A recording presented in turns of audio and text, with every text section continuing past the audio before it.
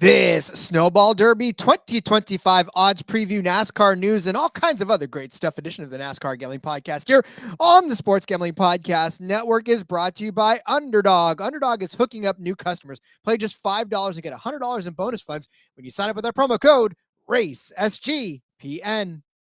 Driver, start your engine!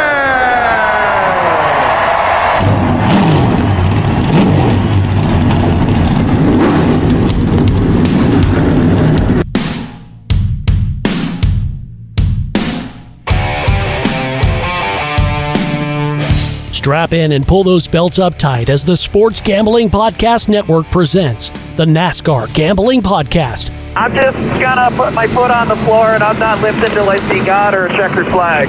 My man. With all the news and the best bets for your NASCAR weekend. We want to thank you tonight for these mighty machines that you brought before us. Thank you for the Dodges and the Toyotas. Thank you for the Fords. Lord, I want to thank you for my smoking hot wife tonight, Lisa. In Jesus' name, boogity, boogity, boogity. Now, here are your hosts, Rod Villagomez and Cody Zeeb.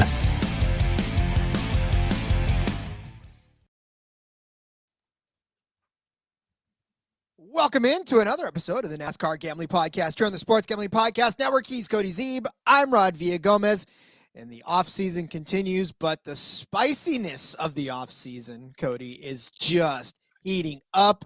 Today is a NASCAR episode, so we are back home in the confines of the NASCAR space, but so much more to talk about. And Cody, there is racing on the track this weekend. The Snowball Derby, one of our favorites to cover in the offseason, is going on this weekend as well. Yeah, absolutely. There's so much to talk about when it comes to NASCAR. I know Rowdy was asking over in the Discord. We're going to be a little more focused on NASCAR going forward. Are we taking a break? No breaks in this business, Rod. We're not going anywhere. 3 episodes a week still. F1 season is over after this weekend now, so it'll be a lot more NASCAR focus. They've been slower to release kind of a lot of the stuff pending some of the outcomes of lawsuits and or playoff change formats or points formats. So we don't have all of the future stuff we always have at this point in time, but a ton of O'Reilly announcements have been made. A ton of truck announcements have been made. I expect odds for those to be coming out in the next couple of weeks. We can wrap up stuff from last season. We got plenty of stuff to talk about going forward. So we will have our annual Army-Navy show next week, Rod, as we break down that game and give out a ton of bets. We always have a lot of fun with that show, so looking forward to that very much. But lots and lots of NASCAR talk the next few weeks. It is only 72 days till the Daytona 500, Rod, which puts us at like 58 days until the clash at Bowman Gray. It's going to be here so soon. It is going to be here so soon, but I'm not quite sure there's enough to talk about in NASCAR. It seems like such a boring time going on right now. Everybody's sleeping and getting ready for next season, but I don't know if you saw Sports Center this morning, Rod, but NASCAR was front and center on Sports Center. Jeff Gluck made an appearance on the Sports Center this morning. Of course, Michael Jordan testified in court today, so very big story outside of just the NASCAR world with Jordan being on the stand in the courtroom. So they say all pub is good pub, I guess. So let's hope so. The thing about it too is when Michael Jordan is involved in anything, it ups the intensity level of the rest of the world. Because again, right? It's funny. I'm now listening to. I told you I wanted to binge, right? So now 4 episodes have already kind of gone down the road for the teardown. Now I'm listening to it. Now because I want enough to where I can get a couple episodes in. So now I'm the second one in, and where they were doing the jury selection, and the guy's like, I'm a big MJ fan, and he fist bumps MJ on the way out. I mean, you'd have to live under a seriously gigantic rock to never have heard of Michael Jordan, right? In Charlotte, North Carolina, of all places. That's just blows my mind. Granted, like Jordan and Jeff said, there's a lot of transplants there and stuff, and it's so funny because you and I live in a bubble where it really sports is the number one thing, right? I mean, it is truly. And we know a lot about what's going on in just about every sport, even if it's sports we don't follow as closely or watch as much. Like, we've got a pretty good handle on sports, what's going on, who's who, what's what. But a lot of people don't. And it's always funny because I'll run into people or talk to people and you bring up something about football and they're like, oh, I don't really watch football. And you just look at them like, are you an alien or like what? You don't watch football? Who doesn't watch football? And then you think of NASCAR is obviously on a much, we saw those numbers from Thanksgiving. NASCAR's not pulling those on their ratings. So yeah, a lot of people just don't know what's going on, but Michael Jordan, you would think, would be above that, but who knows? Yeah, and it makes this whole thing that much more interesting because when you have the biggest name, I guess, that in music sports. history, it was Michael Jackson, right? In that everybody knew across the world Michael Jackson. There was no corner of the earth that didn't have a clue of and now with Michael Jordan, I'm sure there was countries that we've never heard of that have Michael Jordan posters in their room, right? So we know they don't have his championship hats and shirts from the years he didn't win, Rod, because every time he made it, he did win, and that's why he's the GOAT. He is the GOAT. But you know what also is the GOAT, which is the merch store that we have out right now. This is the last week, my friends, to pick up all of your favorite SGPN merch, your favorite racing gambling podcast. I can't say NASCAR Gambling Podcast. It's not up there as NASCAR Gambling Podcast. It's Racing Gambling Podcast merch. 25% off now. If you go and use the promo code HOLIDAY, you can buy some of the stuff that is up there right now on the screen, or our Race Officials or Terrorists shirts, or our beautiful and warm, by the way, hoodies that you can get from the Racing Gambling Podcast logos, all that good stuff. Go to the store. Use promo code HOLIDAY. Get 25% off. Don't miss out. It's running out. I did place my order yesterday, Rod, for the over 2.5 hose for Santa sweatshirt there. So I'm very excited to get that, wear to all my family Christmases. That'll be fun. You are going to be the favorite in the world. So, all right, we'll talk about more of that trial. We'll talk about all that silly season stuff that's going on right now. But there is racing to break down, and it is the Snowball Derby. It is happening this weekend at the Five Flags Speedway in Pensacola, Florida. They're actually on, I think that the practice got canceled today, right? Their practice got canceled. There was stuff yesterday that got canceled due to weather, so it's kind of shifted the weekend around a little bit. But I do believe that the practice has been ongoing this morning for both the Snowball and the Snowflake, Rod, which is the preliminary event. It is the preliminary event. Well, what are you saying? You say, Rod, what's the Snowball Derby? Well, it's a 300-lap super late model race, and it's the biggest short track race contested on pavement every single year. $50,000 is the prize, and the coveted Tom Dawson Trophy will be up for grabs. The super late model, it's also 4 days of racing at the Five Flags Speedway. It includes the pro late model race of the year, and then, of course, like Cody said, the Snowflake 125, which is Saturday night, and it'll be broadcast. So if you want to watch it on Flow Racing, I know some of you guys are subscribers to Flow, so go get that. And I think last year they actually did a lot of the preliminary stuff for free, and I think the main event they actually put behind the paywall. But if you go ahead and do it, because it's a lot of fun, and it's racing in winter, right? And it's stock cars on a short track. What else? And a lot of NASCAR names that we'll tell you in the entry list. Yeah, that's kind of the thing too. Is there is a ton of NASCAR or related drivers that the names of, and just kind of looking through the list here. And so we were going to talk kind of about bets. I feel like last year we actually had some betting options. This year, not so much. There is some outrights out there, but they've been taken down now that they're practicing already. So just not really much to go as far as betting wise, but stay tuned in the Discord if that stuff gets reposted. And it's bet only on like Bovada, Bet Online, Bet US, those types of places. Maybe my bookie will throw some stuff up. So keep an eye on those and in the Discord, and we can talk more betting wise there. But drivers entered into this race. Ty Majeski, he's the favorite. Rod, he's won this race.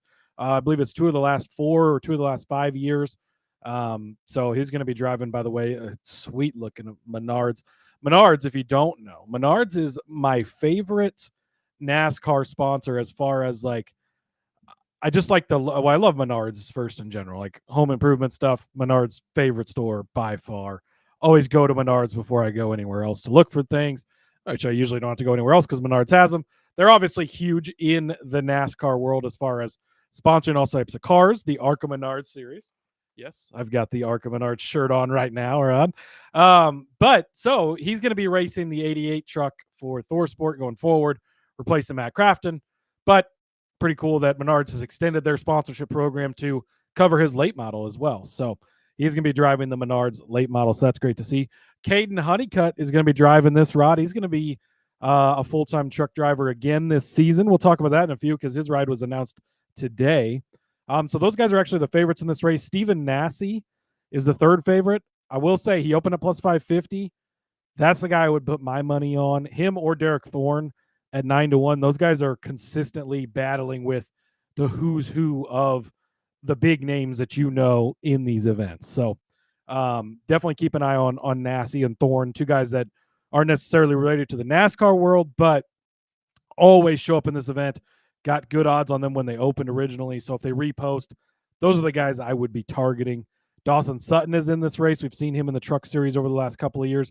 Bubba Pollard, we've seen plenty of him. He's going to be in this one. Jake Garcia, he's a Truck Series driver. Of course, he'll be in that. Cole Raz is going to be racing. We saw him make a couple of starts this year. David Gilliland is going to be racing in this, Rod. If you remember David Gilliland, he's Todd Gilliland's son or father. I got it backwards. He's Todd Gilliland's father. Raced in the Cup Series for a long time, for Front Row, for some other teams. Also, he is the owner of Tricon. If you never, I guess, made that connection, it used to be David Gilliland Racing. When they switched from Ford to Toyota, it became Tricon Racing. But David Gilliland is the owner of that. Still gets out there and does it and races. So great to see him. Jake Finch is going to be racing. He is the son of James Finch, who was owner for a long time in the Cup Series. Also made some starts in some of the lower series this year. Johnny Sauter, a Truck Series legend, former Cup Series driver. He is going to be racing in this one as well. Noah Gragson, you've maybe heard of him before, of course, Cup Series driver. And so, that's why this is so entertaining. I mean, as you look through this list, there's a lot of big names. And what's crazy is I just read off those names. And so to get to Noah Gragson on the odds list, he's 40-1. There's about 8 guys ahead of him that I didn't even read their names that you wouldn't know from NASCAR that are ahead of these guys in the odds because, well, this is their thing, right? The late models is their that's where they're running, and that's what they race all the time. So crazy to see. Ryan Preece is entered into this. He checks in next. Bailey Curry, we know him from the Truck Series, of course. Eric Jones, Cup Series guy, he is entered into this. And Eric, I believe, has won this race before. Drayton Lapsovich is a name you're not necessarily going to know from NASCAR, but big Cars Tour guy. Definitely keep an eye on him. Kind of an up-and-comer. Tristan McKee as well. Derek Kraus, we've not seen as much of him in the Truck Series lately, but formerly was a full-time Truck Series guy. He's kind of fallen off a little bit over the past couple of years, but still hanging out in the late model ranks. So that kind of tops off the notable names entered into this race. But that's a lot of guys, Rob. And there's one that you did not bring up. That is Kyle Busch. Kyle Busch will be in this race as well. So maybe that's why they took the odds down, because they realized they've got to make room for Kyle Busch. So I don't know why he wasn't on the list or what the deal was for the odds. But yes, he is going to be racing as well. The 2-time Cup Series driver has announced that he'll be there. And he did win the race in 2009 and in 2017 as well. So not sure what his odds. And then I guess that odds list was from a couple of weeks ago as well. And we'll give a shout out to sportsbettingsites.com for having that article up with the odds so we could see who it was. Trent Reinsmith. Shout out to him for writing that, Rod, and giving us those odds and that list to check out. Doing the Lord's work. Yeah, so going back through, Caden Honeycutt won last year, Ty Majeski the year before that, Derek Thorne, Chandler Smith, Ty Majeski, Travis Braden, Noah Gragson, Kyle Busch, Christian Eckes, Chase Elliott, John Hunter Nemechek, and the aforementioned Eric Jones did it twice. Chase Elliott did it again the year before that. So, I mean, yeah, there's a lot of big name drivers that have taken on this Snowball Derby and have come out the other side as winners.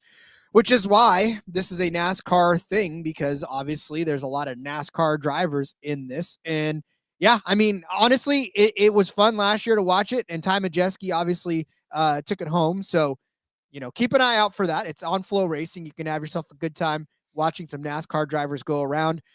If, like you said, Cody, I would probably take Kyle Busch in this race, depending on what his odds are, because believe you me, Kyle Busch needs a win.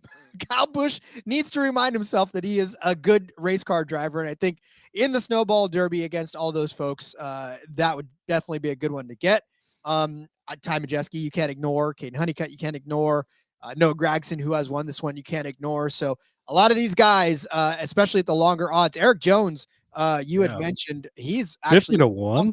Yeah, 50-1 for Eric Jones. Yeah, that's probably the longer shot that's jumping out to me is an Eric Jones at that number. Like Ryan Preece at 40-1 seems crazy for a guy that's kind of his bread and butter. I know modifieds, yes, but short track, flat track stuff is his type of thing. And so, yeah, definitely plenty of good stuff out there. So again, stay tuned to the Discord and hit us up if you see odds reposted or more than just outrights, because we definitely would love to get down on some of that other stuff. Indeed. All right. We will come back with our NASCAR talk. We'll say hello to some folks. But first, let's tell you about our friends over at Kalshi. We just partnered up with Kalshi, a real money prediction market legal in all 50 states. In all 50 states, you can trade tons of markets in sports, including NFL, college football, college basketball, NBA, NHL, all of those N1s and more. Plus, you can even trade props like first TDs. Besides sports, they have a ton of other markets, including politics, entertainment. Hell, they even have the weather. Kalshi, you can trade on anything. I actually gave you the Time Person of the Year last week, or that last episode, and I love that one. So if you want to pick AI to be the Times Person of the Year, well, that is available to you right now over on Kalshi to go trade. So make sure you do that. New Kalshi customers get $20 when you use the promo code SGPN. That's Kalshi, KALSHI, promo code SGPN. Formally tell you about our friends over at Underdog. Underdog is your home for pick'em entries where you can win up to 5,000 times your entry. PWHL, the Pro Women's Hockey League. How about New York versus Vancouver? I like Taylor Gerard to score higher than a half of a goal. Give her a goal. Why don't you do that, right? It is New York, like I said, against Vancouver. Taylor Gerard to score at least a goal in this game. I love it. Lock it up, put it in your picks, and have some fun with that. Got a brand new offer if you're a new customer. Play just $5. Get $100 in bonus funds when you sign up with our promo code RACE, SGPN. Love me some Pro Women's Hockey League, actually. I'm a big fan of watching them, and it's, any sport is a good sport, right? Didn't we just get done saying that? I feel like we just had that conversation, Rob. I feel like it. Well, let me back it up by giving you all kinds of crazy picks from all kinds of outlandish spaces. So, all right, Cody, to the courtroom we go. It is the people versus, I'm sorry. JDK checking in saying afternoon, fellas. Hello, JDK. Good to see you. Andrew B. 8017 checking in as well. NASCAR can't start up fast enough. Football is a betting nightmare for me. It's got its ups and downs. Certainly. We talked about the Cowboys yesterday. They did let us down, Rod. Although it was a weird game. I don't know. I bet the over two, so kind of washed out there. Tesla didn't. He could have had 3 touchdowns, and he ended up with a decent day. But for fantasy purposes, okay, right? Yeah. And because he got a touchdown purposes, so sure. Yeah. But and I got Gibbs in a lot of leagues, which is great. 3 touchdowns obviously is a nice day, but oh well. All right, moving on. Although I was glad to see. I can't remember where I said. See, this is why I talk too many places. I know that I gave out the Jahmyr Gibbs under rushing yards because I had said something about Dallas's defense being a little tougher, and I can't remember where I did it, but I just know that as he wasn't getting any yardage, I was like, thank you very much for justifying me because I ended up betting his receiving yards, and I hit that in like the third play of the game, and I was like, oh hell yeah, here we go. Okay, this is beautiful. All right. So like I said, it is time to talk a little bit of turkey as it comes down to the NASCAR trial. I just told Cody before we got the show started, I was saving up the teardowns so that I could binge them and kind of get a little bit of, that binging feeling. So I'm a couple episodes into the teardown now, but Here's the thing, Cody. As this trial starts to progress, right? Two things I'm very appreciative of. One, a judge that is not going to let any shit slide, right? That is my first and foremost. I'm so happy to hear that this judge is not playing to the cameras. He's not trying to let this become a court show. It's legit trial, right? That's the first thing I'm thankful for. And I think a lot of people are thankful for that as well. Yeah, absolutely. He's a very not going to put up with the bullshit type of judge, which seems to be great, seems to be awesome as far as that goes. So, and he's not afraid to. It sounds like a couple of times after the jury's been dismissed for the day, he'll look at him and be like, "Listen here, motherfuckers. Like, this is how we're going to do things, and this is how we're not going to do things." And it's great. It's good to have a judge like that presiding over this. And again, we've talked about it before, but this is a massive case in NASCAR and in NASCAR history and for NASCAR going forward. That certainly could be a lot of repercussions that come from this. And at this point, this far into it, likely will be.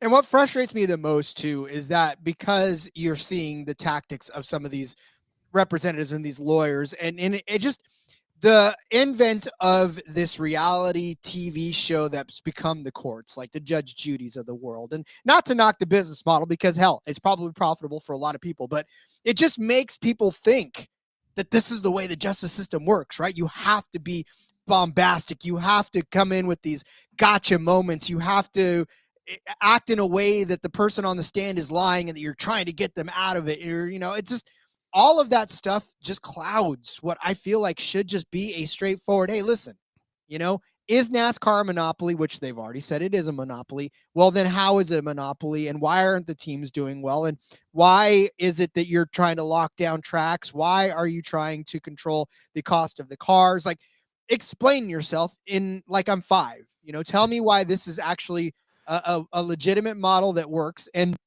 one thing I also took away from it too, to try to get a competitive series going.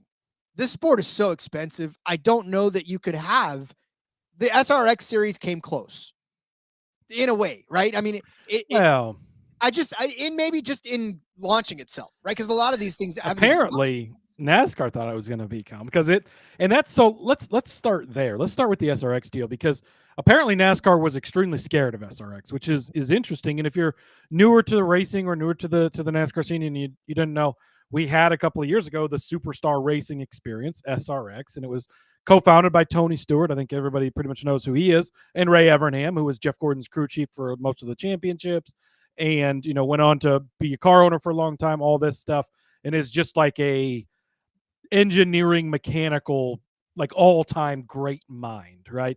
Made some questionable choices on some things over the years, but when it comes to that, like all-time one of the greatest, right? And so they came together, they created the series, and it was a series of, we own the cars, right? So Tony and Ray own the cars. They take care of the cars. You as the driver and the team show up to the track, and essentially they would take the drivers, and it was Superstar Racing, right? So it would be, they had Chase Elliott come in for some races, and Bill Elliott would come back for some races, so they could race against each other. Ryan and Dave Blaney raced against each other. You had some Tony Kanans come over from IndyCar. Elio Castroneves came over. And then they would usually bring up like a local guy at these tracks too, right? Like local legend gets to race with these guys. And they would you show up at the track and they give you your car. Here's your car. This is the one that's yours. You didn't get time to work on it ahead of time or set it up. So it was kind of like an IROC in that type of thing. But, it raced on Thursday nights. Was it Thursday Night Thunder on ESPN or something? Like, it wasn't competing with NASCAR. And if anything, I think it was just providing more racing. We got to bet on it, which was great. We covered that on the show here while it was around, and it was sad to see it go away. Although, Rod, part of the news is Steve O'Donnell testified today that SRX is coming back, according to Jenna Fryer, and SRX responded to Jenna Fryer on the X, and they posted a picture of the Monopoly Man, and they wrote, "Says Mr." So it says Mr. Monopoly Man. So we'll see. Interesting.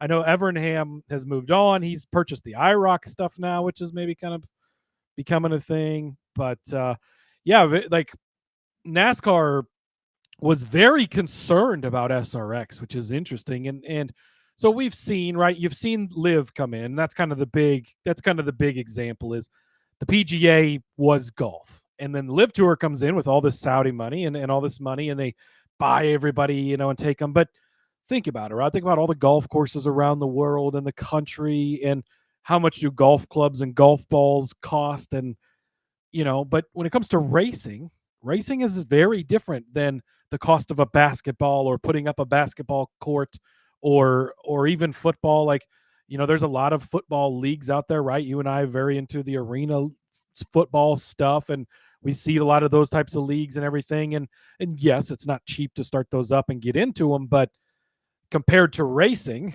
it really is, right? And so when NASCAR holds a monopoly, which they've already ruled that NASCAR is a monopoly, which isn't illegal. You can be a monopoly.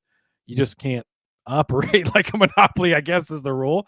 But yeah, it makes the whole thing kind of crazy, I guess, because it isn't like somebody could just come in and start up a new series. It's just not that simple with all of the stuff that has to go into it, and not having tracks, which NASCAR assured would happen by locking them all down.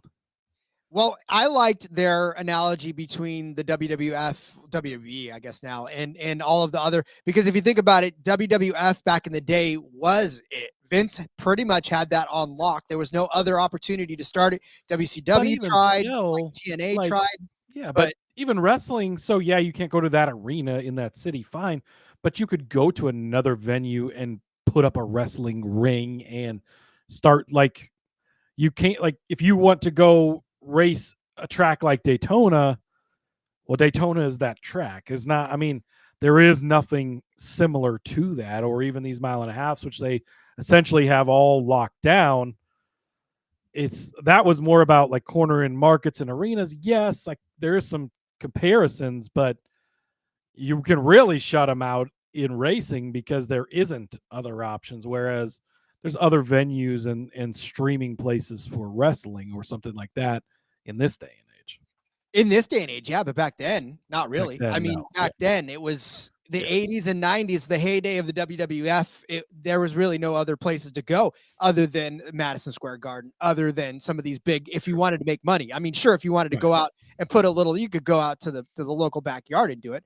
I will say, though, that I was today years old, and maybe I didn't think about it. Maybe I wasn't paying attention, or maybe I just was in La La Land. But when the whole clause of not putting another sort of show on that's similar to yours for an X amount of time after you. So, like NASCAR was using Daytona Spring and Daytona Fall to sort of just say no one else could compete in this as stock car racing because we've got this clause that says no one else can do this for a few months or a couple of years. And so you do it twice a year and essentially nobody else can do it, which is why there was 2 dates on the schedule for a lot of these tracks, because if I put this show on, you can't put another one on like it for this amount of time. And so guess what? Now I renew it again for a second time and I do that again. So that's on me for not knowing. I didn't even pay attention to it. And it even sounded like maybe Jeff and Jordan were a bit surprised that was some of the reasoning behind it, right? Whereas it was more like, they just have 2 events because that's how it's been. I mean, throughout most of modern NASCAR, a lot of tracks had 2 events every year. And we definitely have seen that change more lately, whereas a lot more places only have 1 date when they had 2. But yeah, that's definitely interesting that it was in a way to block things. And then SRX asked, was it Atlanta they wanted to go to? Maybe it wasn't Atlanta, I can't remember, but SRX essentially asked, hey, we'd like to put on a race at one of the tracks that NASCAR races at, and NASCAR was just like appalled and absolutely wouldn't let it go. And yeah, that's been one of the things that's kind of come out of this, that it's shocking to me that they felt was even competition to them. Whereas to me, I would just view that as, hey, this is another great thing for racing. And especially when you had Cup Series stars going over to it, like the Chase Elliott's and Ryan Blaney's, and getting the chance to race against their fathers. Like, what a great story, right? Dave Blaney was a great race car driver back in the day, and still is a great race car driver, but getting to race against Ryan, like, Dave's not going to come race in the Cup Series anymore. Same with Bill Elliott, right? And to see them get to race against each other and have guys like Tony Stewart jump in and they had other people crossing over. I don't know. I guess I don't understand how they felt that was a threat, quote unquote, to them. And unfortunately, it didn't last long. It was only around a couple of years before it kind of fell apart, but very interesting. Very interesting indeed. JDK chiming in saying doesn't think that NASCAR's business model is successful currently, simply just not enough revenue to give everyone everything. And here's the thing. Let me just, when I was thinking and listening to Jeff and the Gluck and Bianchi. Yeah, there you go. Gluck and Bianchi. When I was listening to them talk about all of the financials of it, right, and how this team loses this much money, how this driver makes this much money, and to me, and one thing that they said resonated with me, especially with the jury, right? Because if I'm in the jury, okay, I'm a guy who obviously is clearly not making $14 million a year. My team will never make $120 million, or it doesn't matter what it is, right? If it's the word million, I don't know what that means. So I'm sitting there listening to these guys argue about $6 million. That's life-changing money for me, right? And these guys are like, well, that's not enough. I can't fathom in this world anymore the subject of wealth when it comes to rich people wanting more money, right? And I wonder sometimes how, as a jury member, you can sit there and go, you're crying about $15 million? Boy, give me $1 million right now, and I will walk out of this courtroom. Yeah, I'm set for.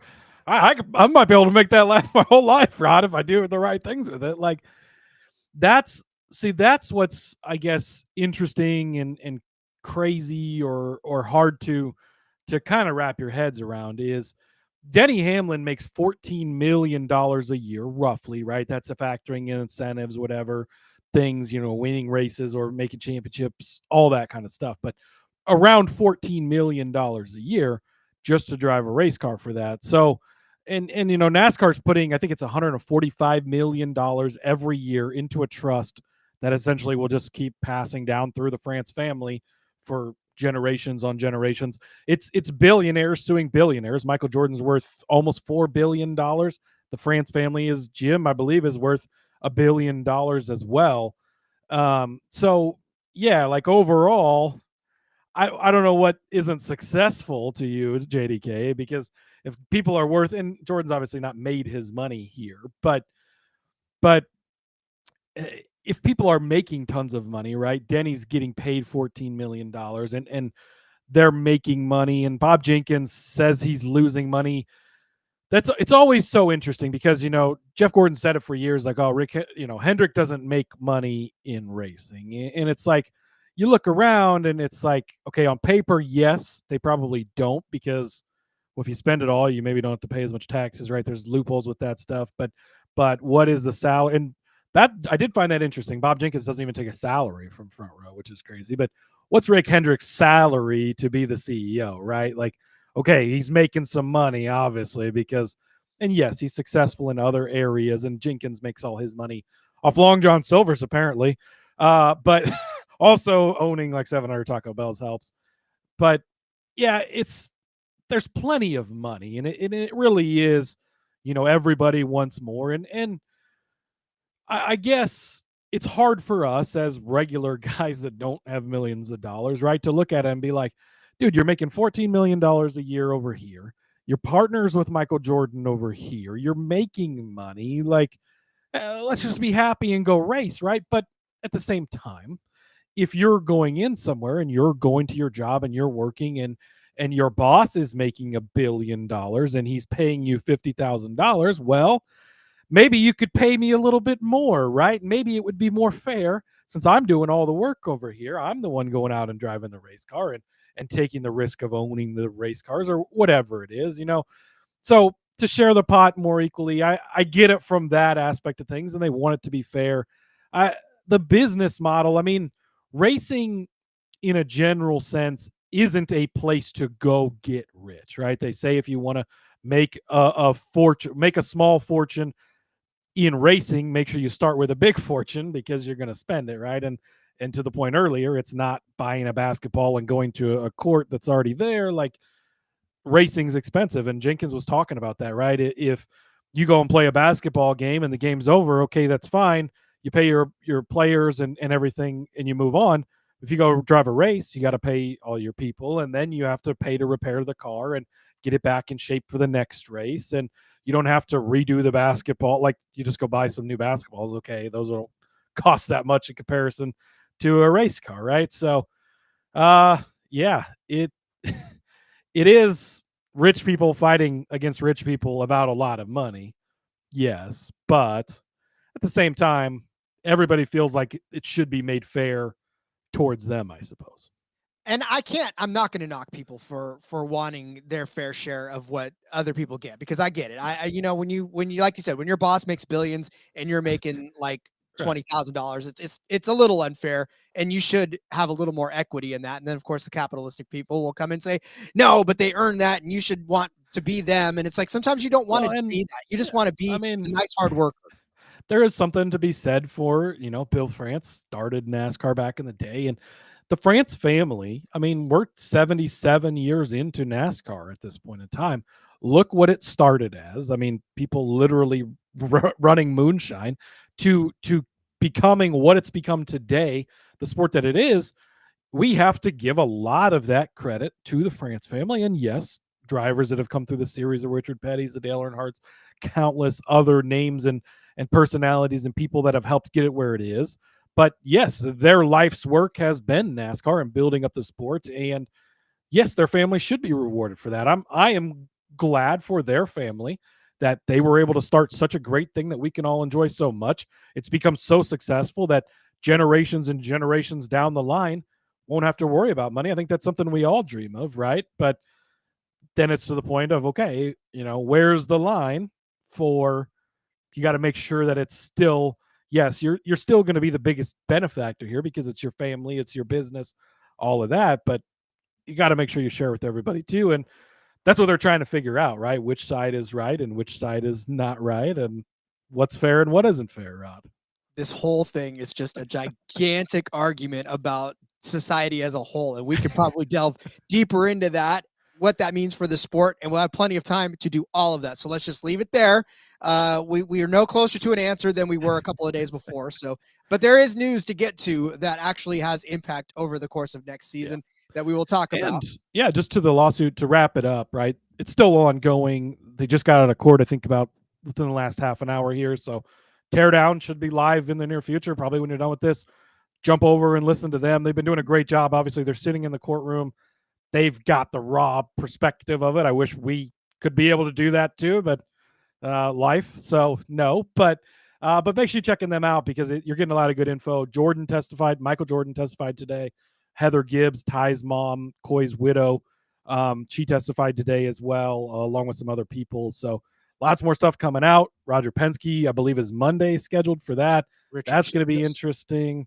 Yeah, Richard Childress is now being called up by the team. So a lot more left in the lawsuit. And then, of course, a resolution at some point in time, a ruling that we'll see where it goes from there. Landmark case. We'll follow it all and we'll bring it all to you as this offseason progresses. But let's get to some news. Before we do that, though, let's tell you about Novig. We're brought to you by Novig. Novig is America's #1 sports prediction market. Novig, you're getting the best prices. Also on, how about the Team USA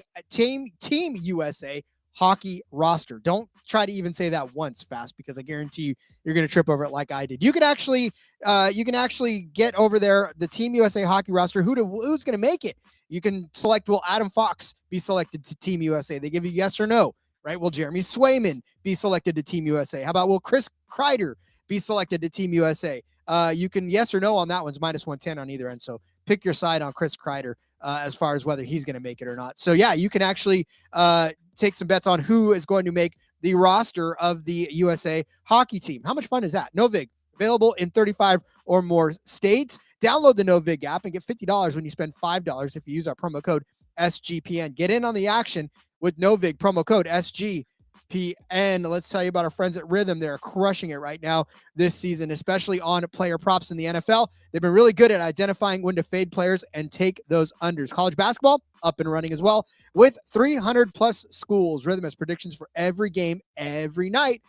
Just like a good wine, it pairs nicely with the daily TCE show with Matt, Colby, and Noah. Every game, you are prepared. Super easy to sign up, run predictions off the house model, or Make your own and play with those sliders. With so many sports and the holidays, this makes it easy to get an elite prediction on a game so I can focus on other sports. Let's talk about the Bills taking on the Bengals. This should be a fun game. And guess what? We have got the James Cook rushing total. They're giving us under 99.5 rushing yards on this one at minus 114. That's what the model's predicting. I was just telling Cody, I know I gave the Jahmyr Gibbs under. I think I might have been on the Rhythm app, and they got that. So they nailed that one, the Jahmyr Gibbs under rushing yards. So we'll take it on the James Cook rushing yards as well. Use promo code SGPN25 when you download the Rhythm app for 25% off of your first month.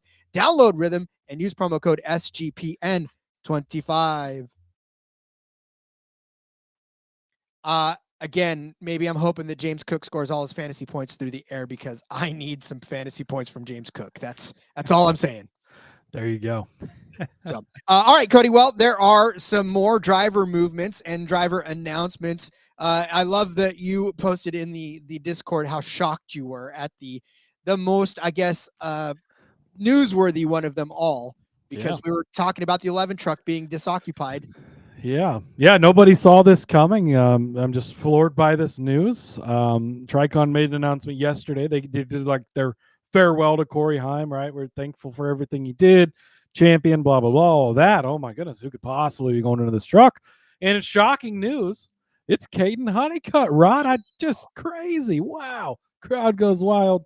Obviously, worst kept secret, right? We all knew this was going to happen. That deal has been done for quite some time. Chevrolet got wind of it. They cut bait with him while he was still racing for the 42 car with Nice Motorsports. That's where he kind of got shuffled out, and it was like, oh shit, what are we going to do? Toyota jumped on him quickly and said, let's get you in a ride. And obviously the Stuart Friesen thing happens. He gets in the wreck, which, by the way, saw a video today of Stuart walking down the hallway at the hospital, which is beautiful, back on his feet after that horrendous wreck that he was in.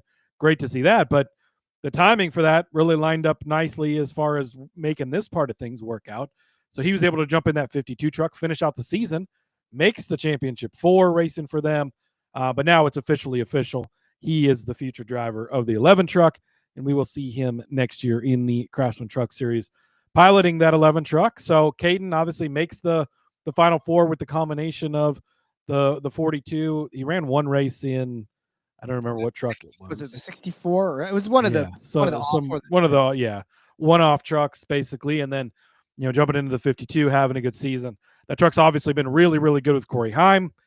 Is he going to go up to Corey Heim standards?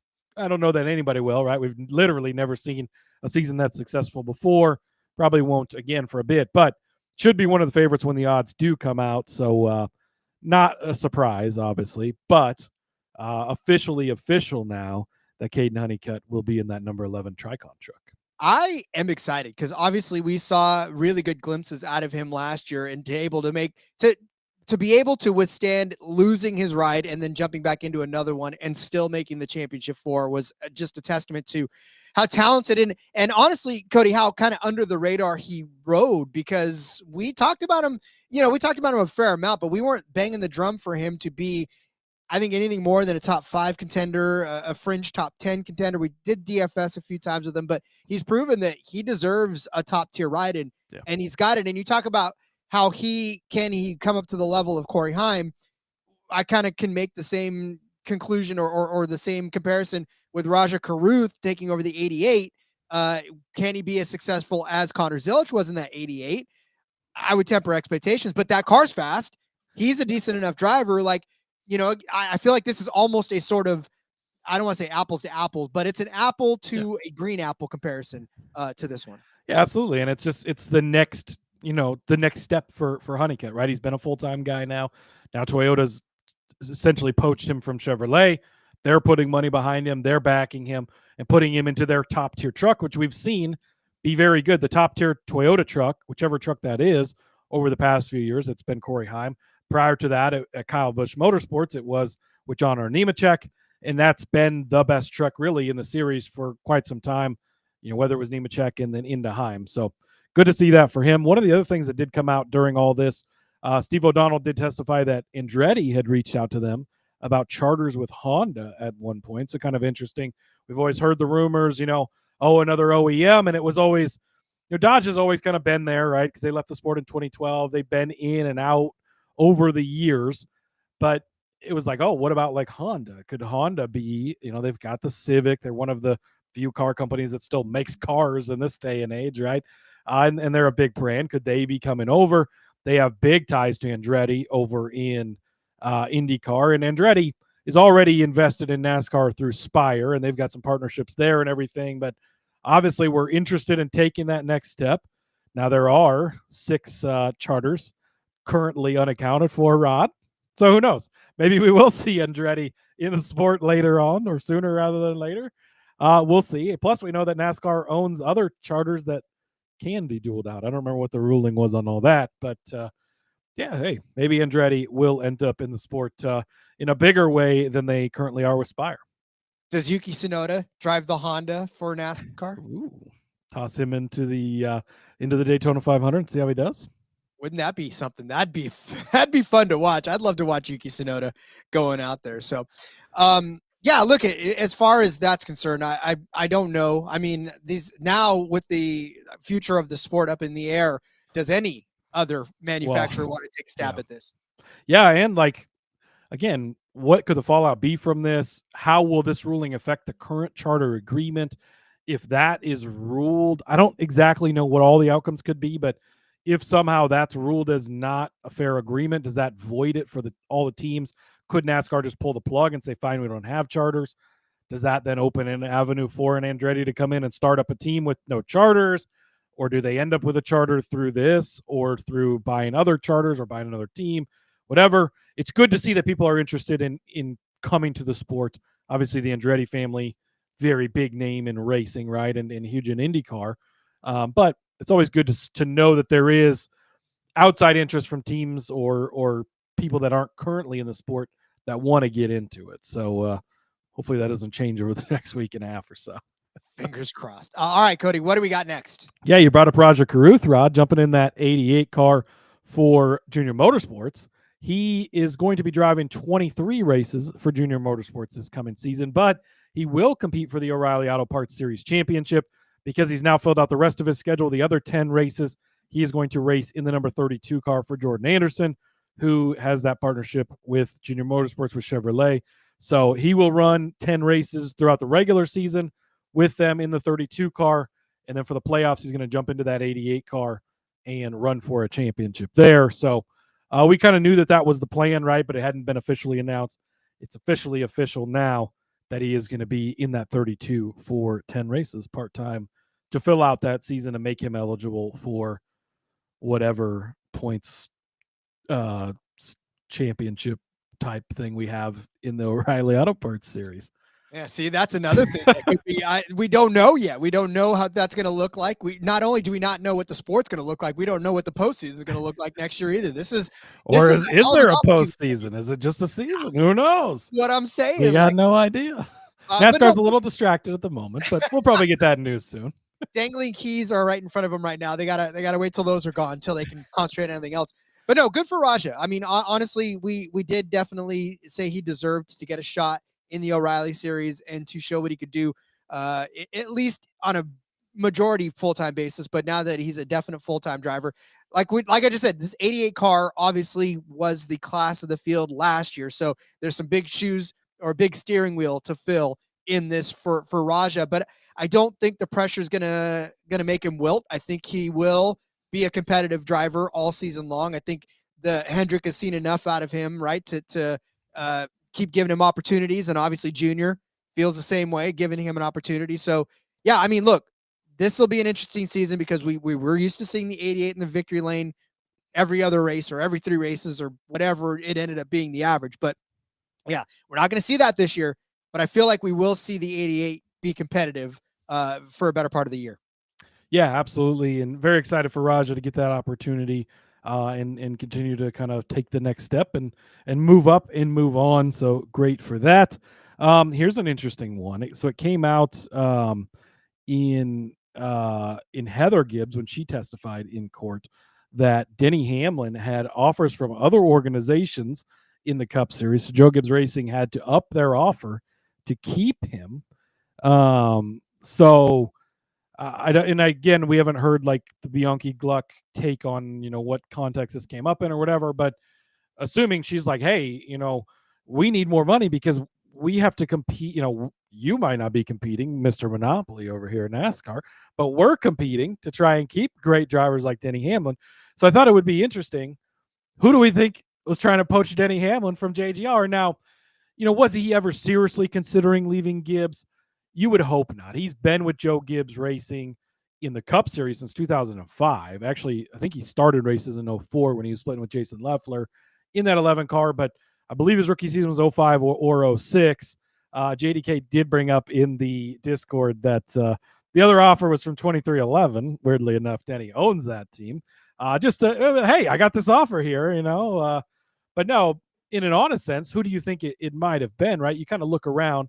Spire's been throwing around money like a motherfucker, right? Like they just like, oh, you need a bet. Like Oprah, oh, you need some money. You got some money. We got money for you. Like, damn, things are good in the Spire camp currently. But what team do you think, I guess fun to speculate, who could have offered him? Where would he consider leaving for? I don't know. Crazy. Do you think maybe, and I don't know, maybe Legacy maybe took a stab at him. Maybe it could have been, I don't know, RFK. Maybe Keselowski was like, hey, brother, come race for Ford. It had to be a Toyota team, right? Because I don't know that Denny. Well, right, because then, because the 2311 part of things. So if you're limiting it to a Toyota team, well, Legacy's the only other Toyota team in the garage. So it's like, he's not going to go race for a Ford team and then drive own a Toyota team while racing for a Ford team. I don't see that happening. Was it a Kaulig with the Dodge ties trying to pull 2311 away for the future? Like, potentially I could see something like that. I mean, they just announced the 10-car driver here recently with Ty Dillon returning. So maybe they were trying to get him in a seat like that. Maybe Trackhouse, like I could see Justin Mark taking, although, man, their seats are just so, like, you're not going to just dump one of those guys. Like, there's some teams where you could just see him dump a driver, right? Like Mr. H, is he trying to get him in the 48 car? I don't think so, but who knows? But interesting that at least offers were on the table, right? And would he actually consider leaving? We saw how well that did not go for Kyle Busch. I wouldn't probably suggest that at this point, but who knows? I couldn't imagine Denny Hamlin and Kyle Larson as teammates. That would be something else. Yeah, hell of a team. That would be a hell of a team. And they are actually Jess. good. Yeah, but Jess saying, "Hey guys, hi, Jess. Good to see you." Yeah, that'd be a lot of fun. All right. Did we break the Fast Pasta news already? Did we already talk about it? That's next in the queue, right? Boom. Viking Motorsports is expanding their O'Reilly Auto Parts Series team. Again, that's the Xfinity Series if you're not completely caught up on everything. But no longer Xfinity, now it's the O'Reilly Auto Parts team. They are going to expand to add the number 96 car full-time this year. They've switched to Chevrolet. They've got that partnership with Richard Childress Racing now. And they're bringing in Fast Pasta, Mr. Anthony Alfredo. So he'll be joining them full-time. Good to see him get another ride, another opportunity. Former RCR driver, by the way, did race for them full-time in the 21 car a couple of years ago before Austin Hill took over that ride. So, it was an okay team with DiBenedetto. He kind of had some ups, right? And they clearly have maybe putting some stuff into it, adding a second team. Definitely shows some commitment. So you like to see that, but love to see it for Anthony Alfredo. Top 10s, if they ever give it to us for O'Reilly Series, he's always one of those guys that we can pencil in for a top 10 and have some fun. Yeah, he's always a guy that's going to be a long shot that you can certainly put some money on. Rod, one that I'm excited for in the O'Reilly Auto Parts Series, going full-time in the number 87 car, our guy, Austin Green. He's getting his opportunity. So this is going to be for Peterson Racing in a partnership with RCR as well. RCR Chevrolet, just very interestingly, has kind of really upped their partnerships this year, especially in the O'Reilly Auto Parts Series. But so Austin Green, who's been a perennial guy that we bet on and play DFS for on road courses, now is going to get full-time opportunity. Saw him run some ovals last year. Definitely needs to work on that, right? And it was not in great cars. This is going to be a brand new team, so we'll see. Chevy RCR relations, probably one of the teams that acquired some of the Kaulig equipment. They shut their doors, of course, and sold off that stuff. So hopefully this is a great opportunity for Green, and being full time hopefully will help him out when we do get to those road courses where we want to be in on him. Apparently Chevy's not losing money in the entirety of it. They're spending a lot more than obviously most teams are. No, look, and whatever road course races Connor Zilic may not happen to be in, which I don't know, he probably will be in all of them. It'll be fun to watch Austin Green kind of mix it up if Connor Zilic is not in those particular road course races, which I don't think that's going to be the case. Well, yeah, I think that we're still going to have a lot of road courses with SVG, Chastain, Zilic. Like those guys are all have rides booked next year and all for JRM. So we're still going to see plenty of them in the Xfinity series. But a couple more pieces of news real quick, Rod. Kaulig did announce Ty Dillon would return. That is actually sort of interesting because the deal before was they were getting better motors from RCR, all that stuff. I'm assuming they're still getting Chevrolet motors from RCR, but the technical alliance is gone. And, Dodge has come in and moved into the office and is going to be helping them with Cup Series stuff. All kind of a weird thing there, but good to see Ty come back. Had really a career year last year for Kaulig. Ran really, really well for them. So, yeah, I'm glad to see that for Ty Dillon getting another opportunity and another year over there. Hemis and Chevys. That's what's going to happen in the 2026 season. Speaking of Chevy and all the money they're throwing around, Rod, Rick Ware Racing is sliding back over to a Chevy team. They've jumped around, bounced around. They've been forward here recently in partnership with RFK. They've actually been in the RFK shop, but now they're moving back over to Chevrolet, where they're going to be aligned with Richard Childress Racing. This is kind of an interesting one, excuse me, because we know they've sold that team, but I don't think that's till 2027. It's kind of a whole weird thing there. But switching over to Chevy, maybe that's part to do with the incoming owners. I don't know. Whatever. It's going to be Cody Ware still driving the 51 car. I don't know that we'll see that second car with the Corey LaJoie anymore. It seems like that's probably not going to be the case. Maybe for the 500, but outside of that, interesting news, I suppose. It's interesting in that it's news. So I think I'll give it to you there as well. I mean, it's not going to move the needle on anything other than maybe DFS next season, but I'm not. Yeah. I mean, so he'll be working with the Chevy teams instead of the Ford teams when you're building your manufacturer aligned DFS lineups. Like, I guess that's probably the biggest place that's going to impact any of us, but oh well. One other final piece of news before we wrap it up for the week, Rod. Kaulig has announced the number lineup in the truck series for their Dodge trucks. Again, 5 full-time truck series Dodges. Daniel Dye will be in the number 10 truck. Brennan Butterbean Queen, one of those late model guys, he's going to be in the number 12 truck. Justin Haley, 16, so he's keeping that Cup Series number that he once had there, sliding over into the Dodge truck. The number 14 has a top secret stamp over it, Rod. We still don't know who the driver is going to be for that. Again, that's likely coming from that reality show thing they're filming, who earns that ride, so that'll be interesting. And then the number 25 will be the free agent truck. We talked about that a couple of weeks ago. It's going to be where they're going to announce on Monday every week who's driving that race that Friday. So, they'll have stuff obviously lined up ahead of time, but we won't, as a public, won't know, or at least that's their plan, until the week of, like, oh, okay, Rod Villagomez running this week at Bristol. Ooh. Tony Stewart's running next week, and then Casey Kane's going to ride this week. Whatever the lineup might be, Rod, the number 25 will be a full-time truck. But and I don't know if it's going to be a different driver every single race, or if some people will return to run it more than once. We don't know a ton about the quote-unquote free agent truck for Kaulig. I mean, it's not that many races, to be honest with you. It's not as many as 36 like the NASCAR, the Cup Series. So it wouldn't be that hard to fill the seat every single week. But I would think that there'll probably be returning names for that one. And what we talked about it a little bit when we were talking about initially.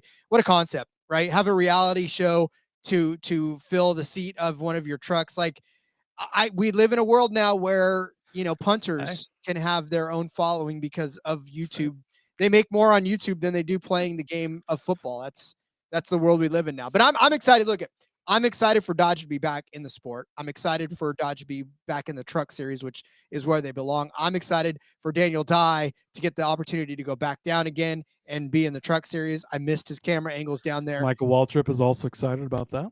Yes, he is. Boy, he's all sorts of guy. And then I'm excited to watch different truck numbers, right? The 12 truck is going to be a little different, and the 14 is going to be different to see. And yeah, it'll be fun. Yeah, and I think it brings the truck series has been great for many years, a long time. It's struggled recently to reach where we've had max entries, not very often this past season. So, adding 5 full-time truck teams, hopefully we'll be pushing that 36 number each and every race this year in the truck series. It's a fun series. We have a lot of fun betting on it, talking about it. Sometimes the racing is some of the best you're going to get on the weekend. And, getting a good combination of a guy like Justin Haley, taking the John Hunter Nemechek route, right? Things didn't work out in the Cup Series. Let's go back down to the Truck Series and maybe work our way back up there. Or maybe he ends up being a Matt Crafton type that finds his niche in the Truck Series and stays there forever. Who knows? You've got the Daniel Dye, who's been around for a while. You got the Brendan Queen, who's kind of an up-and-comer. You got the top secret driver. That's kind of a fun angle. They're making it fun, which is nice, the free agent part of it. I do honestly think we're going to get some bigger names. Casey Canes, the Tony Stewarts have been floated around there. They have the Dodge Mopar connections, so you'd love to see that. And I think we're going to get some young guys that you maybe never even heard of too, which is going to be great. And I like Dodge is not afraid to bring money, throw some fun stuff at it. You love to see it. And it'll be fun to bet the top Dodge market each and every week as well. Jess excited. I hope that we get that for some races, because it will be, it's just going to be those 5 Dodges for this year. But hey, yeah, we've had some Ford markets that have been 4 cars, so why not? I was going to say Toyota and Ford sometimes are the same way, so it's Yeah, I think we're going to have 2 cars in the Fords in O'Reilly this year. So unbelievable, just unbelievable. All right, I think that is a good place to end the week, Cody. I think we've covered a lot of ground in this episode, from throwing snowballs at each other, talking about courts and dodging snowballs in the hot seat, to all the silly season news that is fit to print. Good week, Cody. Good week of sports. Make sure you check out the NASCAR Gambling Podcast from the last 2 days. Abu Dhabi is happening. Practice is happening actually right now. So they've been practicing and getting on track. But yeah, go check those out. The betting episode, the DFS episode. Enjoy that final race for F1 this weekend. A lot more NASCAR talk around the corner. We'll have the Army-Navy episode next week, of course, as well. And looking forward to it. Hope everybody has a wonderful weekend. Rod, you can follow me on the X at Husker_Zeeb. You find all my stuff there. Tons and tons of things over there. NFL props, NFL confidence pools. Had the Thursday night stuff up. Lots and lots of other things. A bunch of bowl series season stuff coming. Got the 91 bets in 91 days continuing on today. So check that out. And have a great weekend, everybody. See you next week. Follow me on Twitter at RJ Villagomez. You can find all the stuff that I've got going on there. And no surprise, Max Verstappen, actually, Lando Norris, fastest in FP1 for Formula One. Max Verstappen, second fastest in both FP1 and FP2. So you expect that to happen. Just as the script writers had it, Rob. Just as the script writers had it. Anyways, follow me on Twitter at RJ Villagomez. You can find all the stuff I'm up to. Make sure you go check out the show I'm on with Steffi Smalls. That was a lot of fun to be on with Steffi. We just got right down to it. Just hit you with a bunch of player props and for week 14 in the NFL, and it was a fun show. And good times were had. So, all right, we'll see you guys next week, where all the drama from the courtroom will hit your screens and much, much more. We love you all. We'll see you next time. And until then, let's go racing. Make NASCAR betting fun again, and let it ride.